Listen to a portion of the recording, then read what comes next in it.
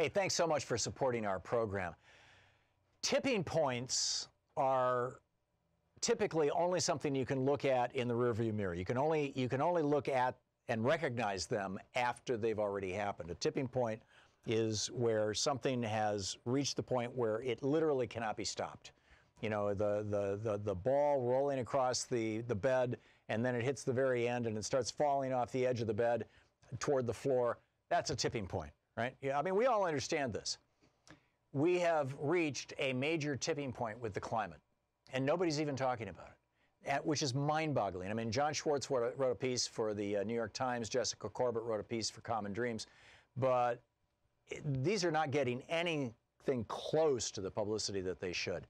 The tipping point that we have now passed has to do with sea level rise. And sea level rise is going to, I mean, massive sea level rise. We're talking about, Dar Jamil was on this program a couple days ago, a little while ago, and he said, one of the people he interviewed said, for every 1 part per billion of carbon dioxide, or per million, I guess it is, of carbon dioxide in the atmosphere, you have 1 foot of sea level rise over, a period of years. We are now something like 140 parts per million above pre-industrial levels. We're looking at over 100 feet of sea level rise. That would wipe out, I mean, I'm in Portland, Oregon. We're at 50 feet above sea level. Most, your coastal cities, right? If people in the middle of America, the red states, oh, we hate the coastal elites. Well, the coastal elites are going to be gone. Florida's going to be gone. The coastal cities are going to be gone. Places on rivers are going to be gone, all along the Mississippi and the Columbia, gone. And it's now too late to stop it. It's not going to impact in a severe way, the people of my age in all probability. It's going to, we're seeing worse storms, that's impacting us. We're going to see more flooding, that's impacting us. But the real serious, like wiping out New York City, that stuff is coming 30, 40, 50, 60 years down the road, when our children and grandchildren, or at least my children and grandchildren, you might be, of that same age, are dealing with a world that is completely different. And what happens around the world when the sea level rise happens? And it's a civilization destroyer. We're talking about creating billions of refugees. Look at one of those nighttime maps of the world. Where do most people live?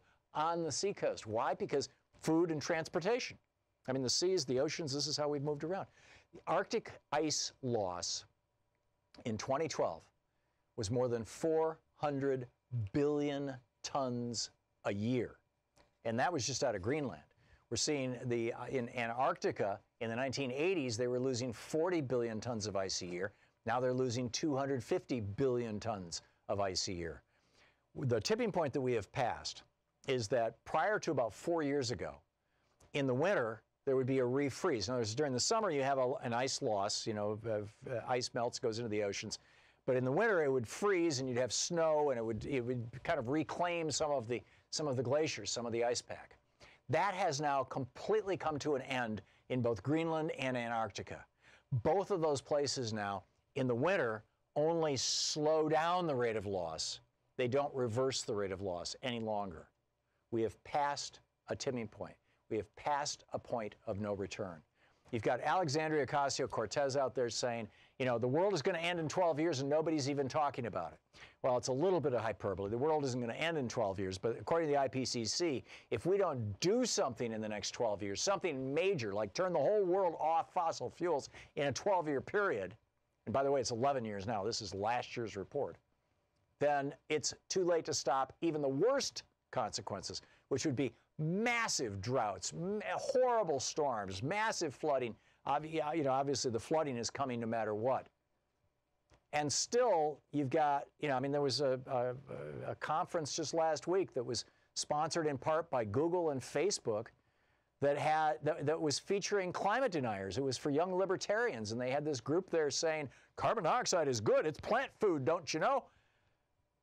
I mean, the fossil fuel billionaires, the Mercers and the Kochs are actually funding this, telling young libertarians, telling young Americans, oh, climate change is good for you, or increased carbon dioxide in the atmosphere, good for you, good for plants.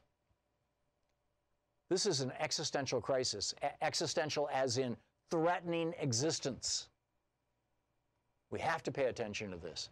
And we have to let everybody know, you know, we have passed one of the major tipping points. What's the next one? We need to be having this conversation.